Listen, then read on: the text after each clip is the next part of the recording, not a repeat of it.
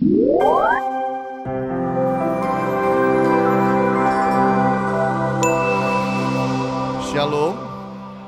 Salam sejahtera di dalam kasih Tuhan kita Yesus Kristus. Puji Tuhan, hari ini kita boleh bersama-sama beribadah kembali. Saya membaca kisah yang menarik dari seorang ibu rumah tangga yang bernama Colin Dickman. Sedang ada di dapur dan masak-masak, lalu kemudian dia buang sampah, kemudian kembali ke dapur, dan waktu dia kembali ke dapur, barulah dia ingat satu hal. Kayaknya tadi waktu masak-masak itu cincin kawinnya itu dilepas, lalu ikut terbuang ke dalam tong sampah. Lalu kemudian dia juga melihat dari jendela dapur bahwa truk sampah sudah mengangkut dan membersihkan tong sampahnya. Begitu dia ingat itu, dia lari keluar dari rumahnya saudara dan kejar truk sampah yang sudah agak jauh itu. Sampai di sana ketemu dengan supir dan dia bilang, kayaknya tadi saya itu waktu masak, waktu buang sampah, itu cincin ikut disapu dibuang, kemudian dibuanglah ke sampah. Saya mau ambil cincin saya. Truk sampah itu kemudian supirnya telepon kepada bosnya bernama Bapak Edward. Dan Edward berkata, truk sampah harus kembali tetap ke dalam posisi, yaitu ada di tempat pembuangan sampah. Ibunya suruh ikut dan kita bantu cari. Jadi akhirnya dibawalah sang ibu pergi ke tempat pembuangan sampah yang sangat besar. Dan bersama-sama dengan petugas yang ada, mereka cari cincin kawin tersebut. Dan cincin kawin itu ada di antara 6 ton sampah. Bisa bayangkan cari cincin kecil di tengah-tengah 6 ton sampah. Mereka cari, jam pertama tidak ketemu, jam kedua cari tidak ketemu, jam ketiga cari tidak ketemu. Akhirnya jam yang keempat mereka cari, dapat cincin itu di tengah-tengah 6 ton sampah. Ibu Colin nangis penuh sukacita karena cincin itu sangat berharga. Memang kalau mau beli bisa beli lagi, bahkan yang lebih bagus pun bisa. Tetapi memori dari cincin kawin itu tidak bisa didapatkan atau dibeli. Itu adalah hidup kebersamaan, cincin yang diberkati di gereja. Cincin yang waktu dipakai disaksikan orang begitu banyak. Yang kayak begini gak bisa dibeli. Itu sebabnya dia sangat bersyukur dia dapat kembali cincinnya. Bagaimana kalau dia bilang, ya 6 ton gak usah deh, gak usah cari. Apa boleh buat, udah nasib, hilang. Atau dia bilang, ya udahlah, ini kalau sudah hilang artinya memang kesempatan beli baru. Biarin aku minta suamiku berliannya 2 keret deh sekalian. Bisa. Tapi dia tidak mau. Dia punya satu sikap hati yang sangat baik. Cari sampai ketemu. Walaupun di tengah 6 ton sampah. Bagaimana kalau itu terjadi dalam hidup saudara dan saya? Berapa banyak kita masih mau cari? Berapa banyak kita menyerah tengah jalan? Inilah yang saya sebut, sikap hati itu sangat penting. Sikap hati itu sangat penting dalam hidup saudara dan saya. Saat kita mengalami persoalan hidup, tantangan hidup, saat kita mengalami dalam kehidupan ini saudara, berbagai macam ragam persoalan, tantangan, gunung persoalan dalam hidup, sangat menentukan sikap hati. Bangsa Israel takut masuk tanah perjanjian, itu juga sikap hati. 12 pengintai yang dikirim juga punya sikap hati. 10 sikap hatinya negatif, 2 sikap hatinya positif. 2 itulah yang masuk, 10-nya tidak pernah bisa masuk. Itu sebabnya dalam hidup ini sikap hati penting. Ini yang saya sebut sebagai the unshakable desire. Satu kerinduan, keinginan yang tidak gampang digoyahkan, dihancurkan. Berapa banyak kita punya mimpi bagus, kita punya visi bagus bagi masa depan, tidak sampai dan tidak kecapaian. Semua itu gara-gara sikap hati. Banyak kali sikap hati kita itu menunda segala sesuatu yang baik ada di depan sana.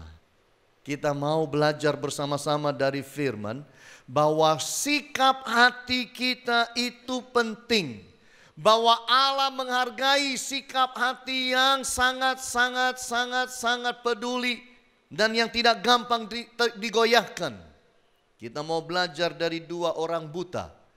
Bagaimana mereka di dalam kebutaannya, buta di dalam penglihatan, tidak buta di dalam keinginan hatinya.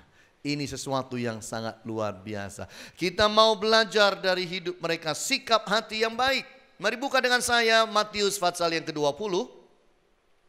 Ayat 29, 30, 31, 32, 33 dan 34. Dan ketika Yesus dan murid-muridnya keluar dari Yeriko, orang banyak berbondong-bondong mengikuti dia. Ada dua orang buta yang duduk di pinggir jalan mendengar bahwa Yesus lewat. Lalu mereka berseru, "Tuhan, Anak Daud, kasihanilah kami." Tetapi orang banyak itu menegur mereka supaya mereka diam.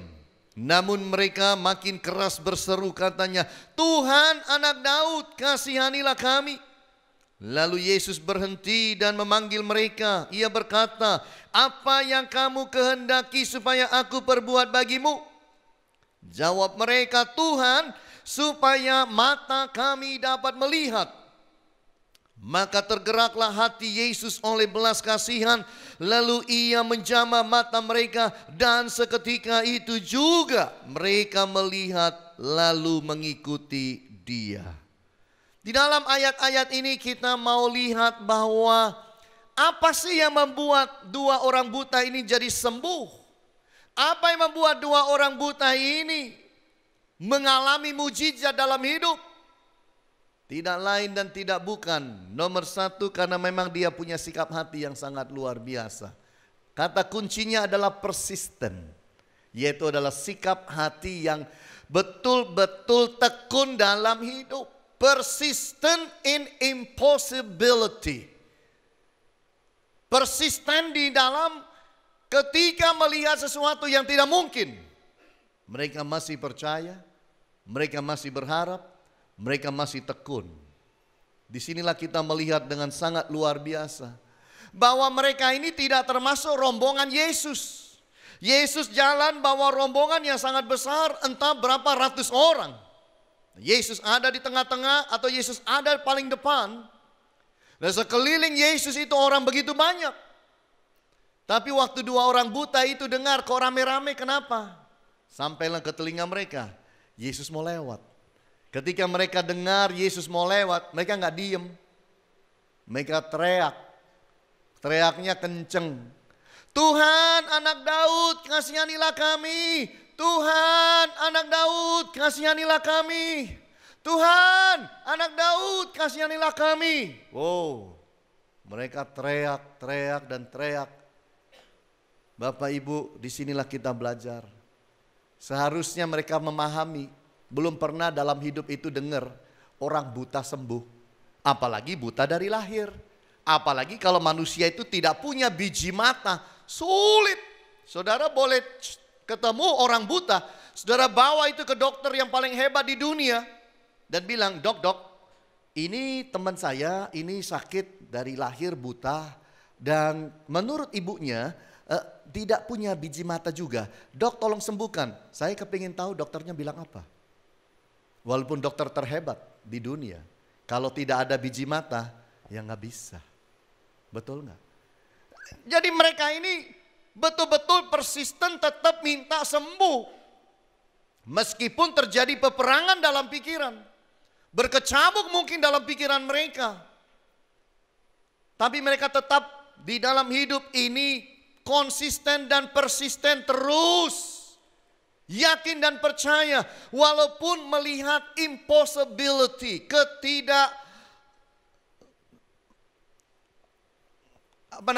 hal yang tidak mungkin.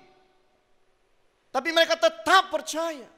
Walaupun impossible, tidak mungkin, tapi tetap percaya, tetap teriak.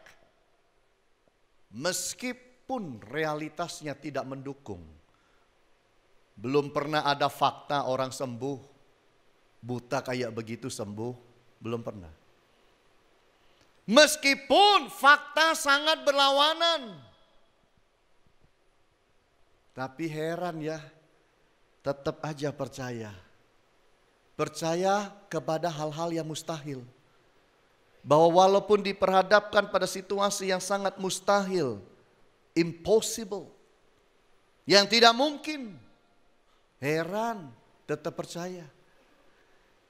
Itu sebabnya juga Allah itu sangat menghargai yang namanya Musa. Karena Musa dan Abraham juga, mereka adalah orang-orang yang luar biasa. Ambil contoh di dalam Abraham, Kejadian pasal yang ke-15. Saudara buka Kejadian pasal 15, saudara akan temukan bagaimana Abraham itu walaupun tidak punya anak, usia 75 tahun, dan istrinya 65 tahun, waktu Allah berkata keturunanmu akan seperti pasir banyaknya di laut, di pantai, dan seperti bintang yang banyak di langit. Ini kan bicara impossibility, sesuatu yang tidak masuk akal, tidak mungkin, sesuatu yang mustahil. Tetapi heran di ayat yang ke-6 dikatakan, lalu percayalah Abram kepada Tuhan, maka Tuhan memperhitungkan hal itu kepadanya sebagai kebenaran.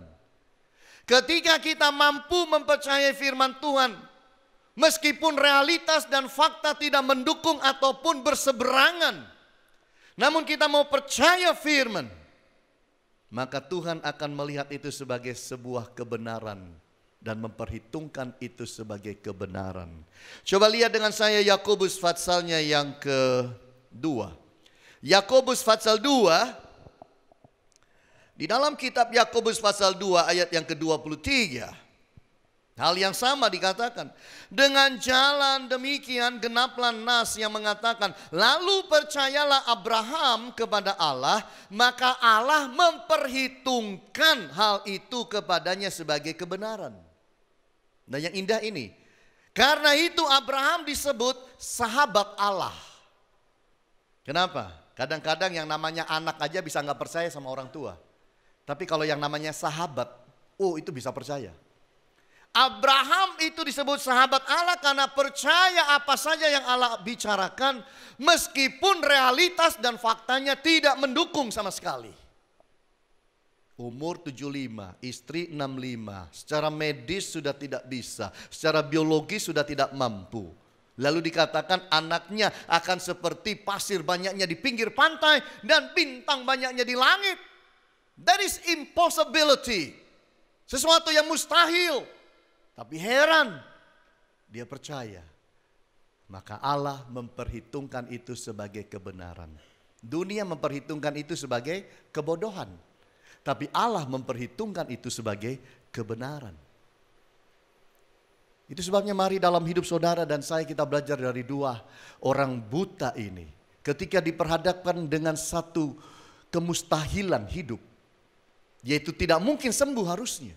Tidak ada tabib bisa sembuhkan. Tidak ada dokter bisa sembuhkan.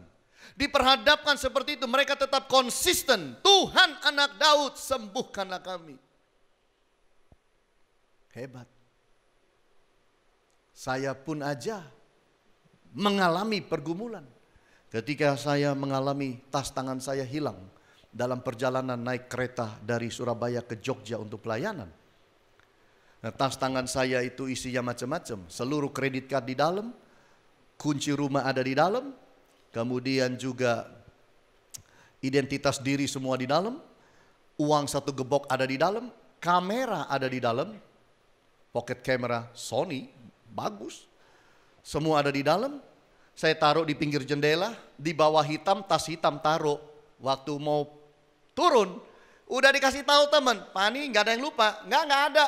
Karena yang dilihat di atas-atas, kemudian nggak lihat kemana-mana, lupa ada di bawah. Udah turun, udah naik mobil, udah jalan jauh, naik mobil di parkiran. Lalu ditanya oleh Pastor Jerry, Pak Hani mau makan di mana? Oh, makan di tempat biasa, restoran Itali yang chefnya orang Itali.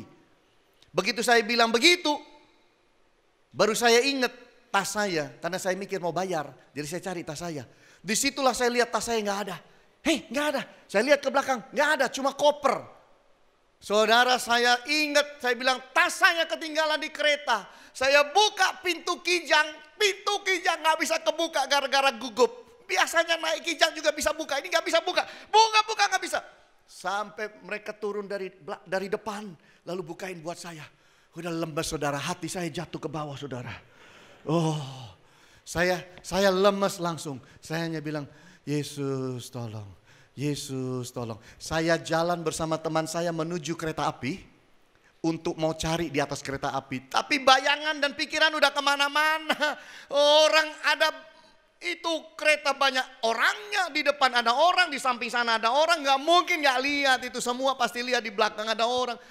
Aduh, jadi saya jalan ke sana sambil Yesus tolong, Yesus tolong. Udah susah, pucat.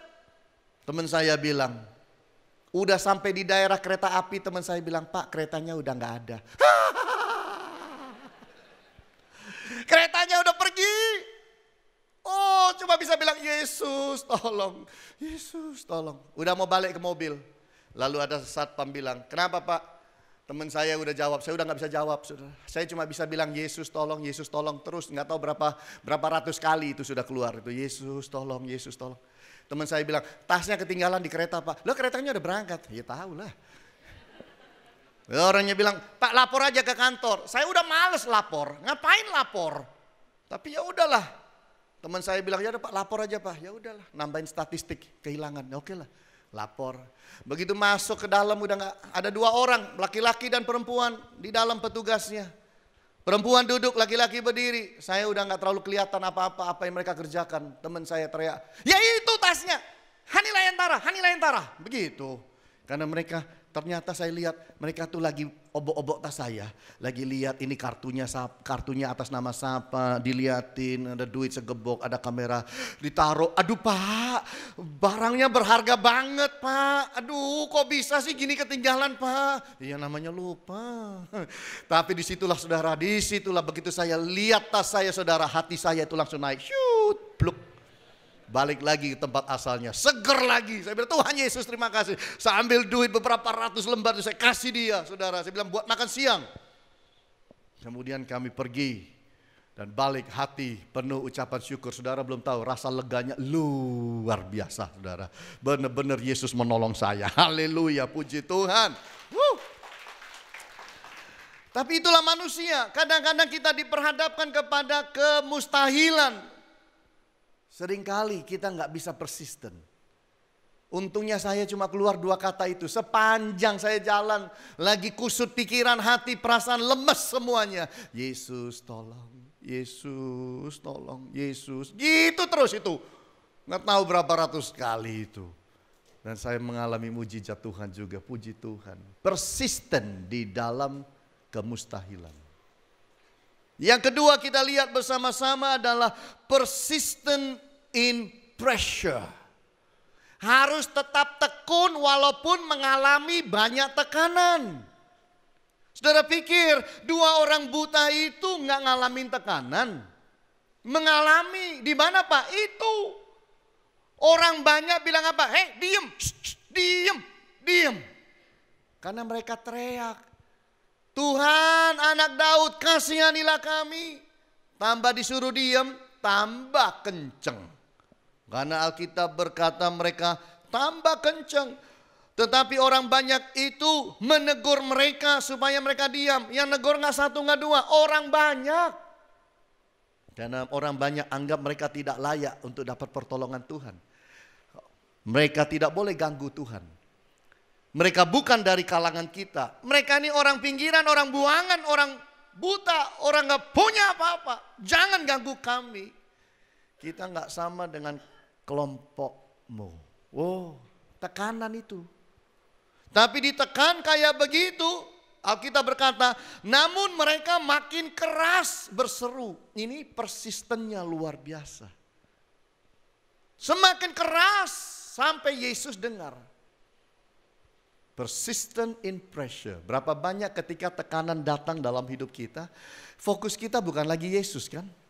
Fokus kita udah kepada masalah, kepada situasi, kepada yang lain. Bisa jadi dua orang ini fokusnya adalah kepada orang banyak. Udah hilang fokus dari Yesus. Mereka enggak pedulikan orang banyak ini. Mereka teriak semakin kencang. Persistent in pressure. Kalau saudara mengalami tekanan, persoalan rumah tangga, sakit penyakit, ekonomi dan segala macam, engkau persistennya kemana? Harus tetap fokus pada Yesus. Ini yang Tuhan mau. Persistent in pressure. Meskipun tidak ada orang mendukung. Tidak ada satu manusia dukung dua orang buta itu. Nggak ada yang bilang, iya ya kasihan ya kamu ya, aduh nasibmu ya, aduh kasihan ya, sudah lama ya buta ya. Kalau buta gitu nggak lihat apa-apa ya. Nggak ada satu peduli. Mereka semua menyerang dua orang buta ini. Meskipun mendapat tantangan dan perlawanan, mereka tetap persisten minta kepada Allah. Tetap cari Tuhan, tetap fokus pada Allah. Kalau kita salah fokus, kita tidak dapat jawabannya. Hati-hati. Meskipun berada di titik terlemah sekalipun, tetap persistent in pressure kepada Allah. Ini harus. Ini yang Tuhan mau dalam hidup saudara dan saya. Saya melihat tadi malam video kecil kiriman teman.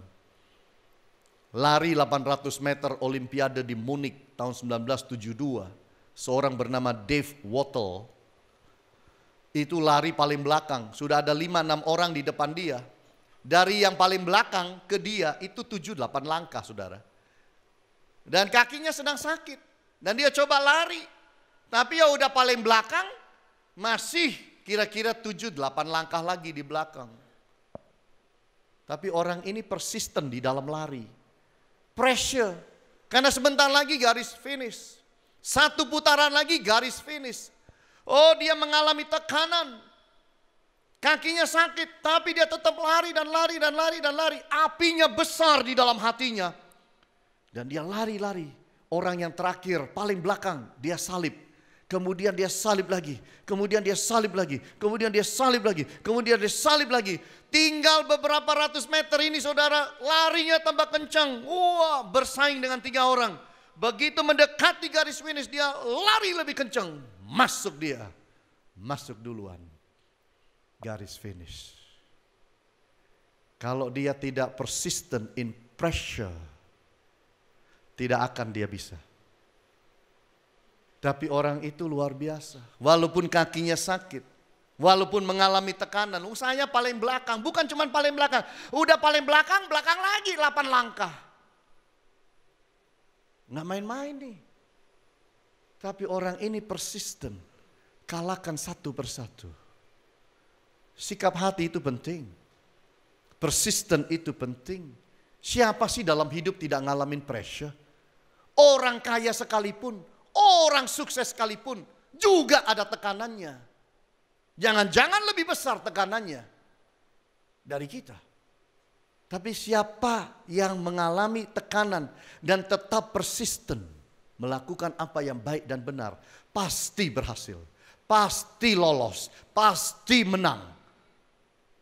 Ini bedanya kita dengan orang-orang yang kalah. Baru lihat tekanan, ya males ya itu. Apa bedanya seorang pemenang dan seorang yang kalah kalau lihat setangkai bunga mawar merah? Seorang yang negatif, seorang yang pecundang, seorang yang biasa selalu kalah. Lihat setangkai mawar merah dia bilang, heran mawar kok berduri. Itu lihatnya.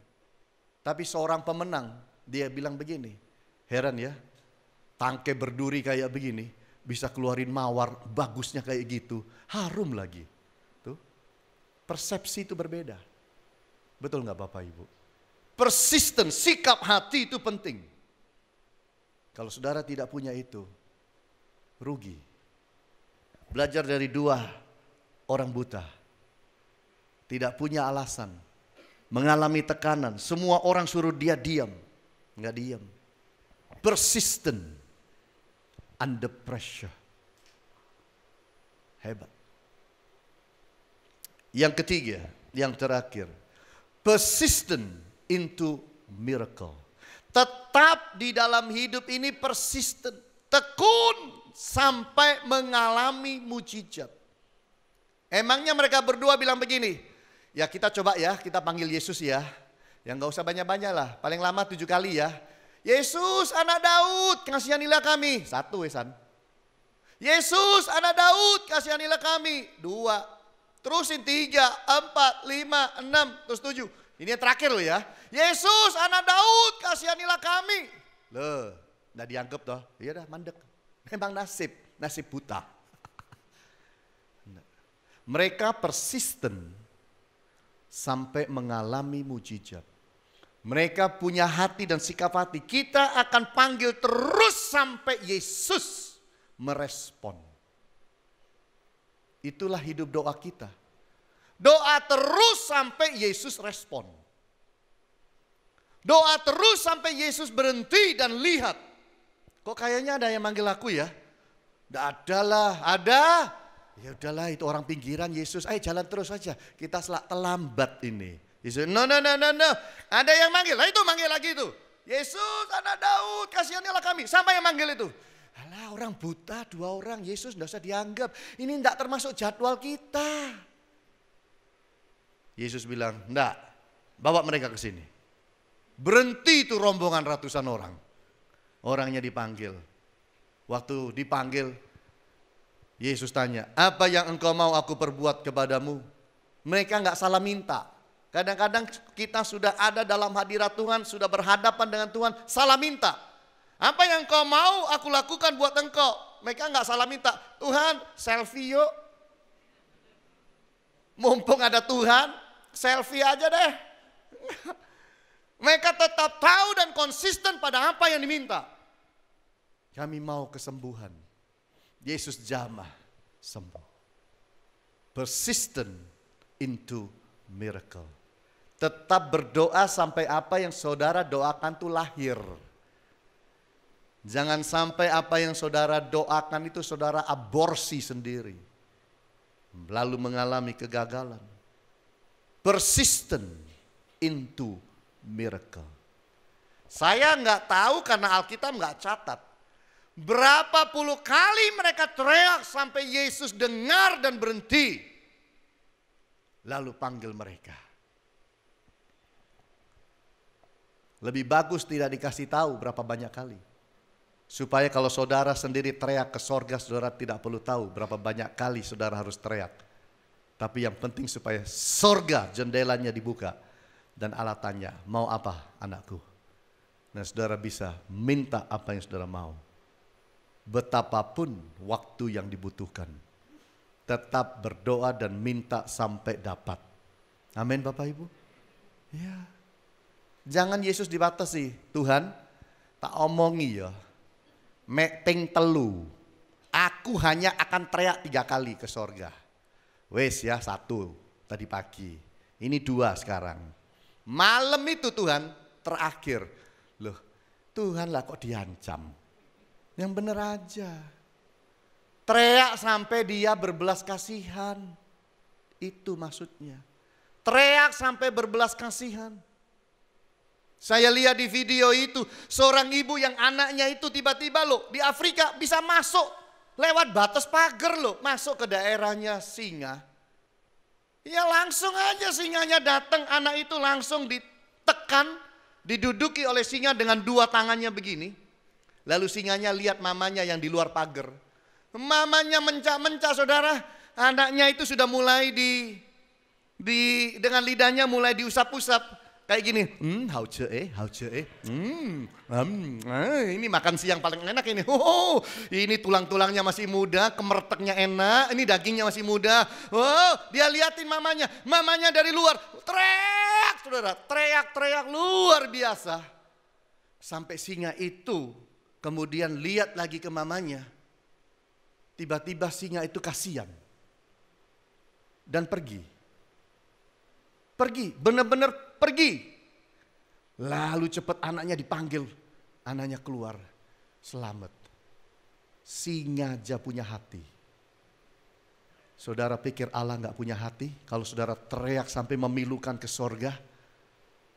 Dia Allah yang penuh belas kasihan. Dia tahu bagaimana meresponi kita sebagai anaknya.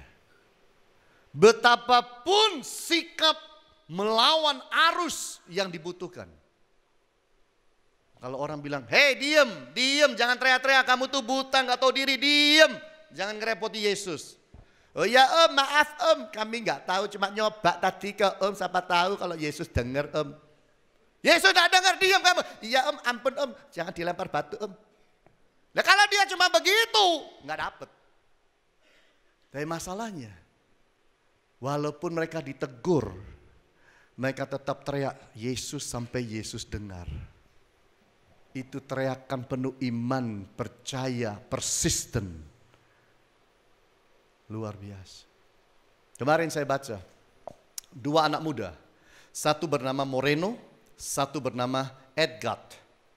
2 anak muda ini dari Meksiko.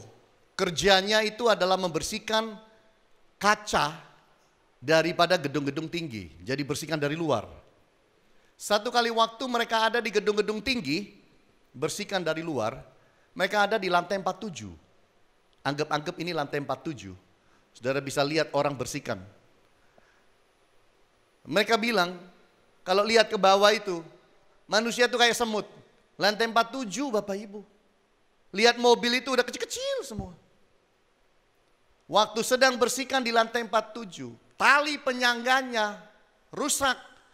2 orang ini meluncur dari lantai 47. Langsung ke aspal. Selap. Kira-kira apa terjadi? Edgar mati. Tapi saudaranya Moreno masih bernafas. Dirawat di rumah sakit. Sebulan dia keluar, tidak cacat, kembali hidup normal. Kalau tidak mujizat itu apa? Betul. Saya nggak tahu waktu turun dari 47 ke bawah itu teriaknya apa. Saya nggak tahu. Saya juga nggak tahu apakah dia meneruskan kemudian masih mau kerjaan yang sama. Mungkin dia cari kerjaan yang aman di gereja rasanya. Yeah. Saya nggak tahu dia teriak apa itu waktu turun. Yesus tolong. Kalau engkau tolong aku jadi pendeta. Gitu kali. Mungkin.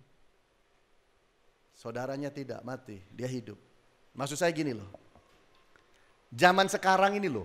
Kalau ada orang jatuh dari lantai 47 nggak mati. Itu kalau bukan mujizat apa? Betul nggak Bapak Ibu? Nggak usah 47. Lantai 4 aja. Jangan dicoba. Jangan dicoba. Lantai 4 aja, nggak menjamin kita hidup. Ini 47 masih hidup, mujizat. Artinya walaupun dunia modern, zaman sekarang, mujizat masih bisa terjadi buat setiap kita yang percaya. Karena Allah kita adalah Allah yang mampu berbuat mujizat bagi semua kita. Apapun, tidak ada mujizat terlalu sulit buat Allah. Saudara minta mujizat, terus Tuhan buka jendela sorga. Nah, kayak yang itu masih belum bisa nak. Nanti cobalah beberapa tahun lagi ya. Kita pikirkan dahulu di sorga. Allah gak pernah jawab begitu. Tidak ada mujizat yang terlalu sulit bagi Allah. Seringkali yang sulit adalah kita tidak berani minta. Kita tidak berani percaya. Karena kita selalu minta itu berdasarkan fakta dan bukti. Abraham itu dipercayai karena tanpa bukti, tanpa fakta, tidak punya alasan untuk percaya. Dia percaya. Saudara harus tahu, kalau engkau mengalami masalah, ingat baik-baik. Mujizat sebelum datang kepada saudara, duta besarnya adalah masalah. Duta besarnya datang duluan. Masalahnya datang duluan. Setelah itu baru mujizatnya. Karena mujizat itu adalah solusi terhadap masalah. Saudara nggak bisa bilang, Tuhan saya mau mujizat. Tapi tidak ngalamin apa-apa, nggak mungkin. Mujizat itu adalah solusi terhadap masalah. Jadi kalau sudah mulai mengalami masalah, apalagi berat-berat, ingat, itu mujizatnya tambah dekat sudah. Cepat-cepat percaya, cepat-cepat persisten. Amin Bapak Ibu. Hari ini kita belajar dari dua anak muda yang buta, tapi punya sikap hati yang persisten ketika menghadapi hal-hal yang tidak mungkin. Persisten ketika mengalami tekanan-tekanan yang berat dalam hidup. Persisten sampai mengalami mujizat. Dan biarlah kita boleh belajar itu dari dua orang sederhana, supaya hidup kita pun mengalami mujizat. Tuhan Yesus berkati kita semua.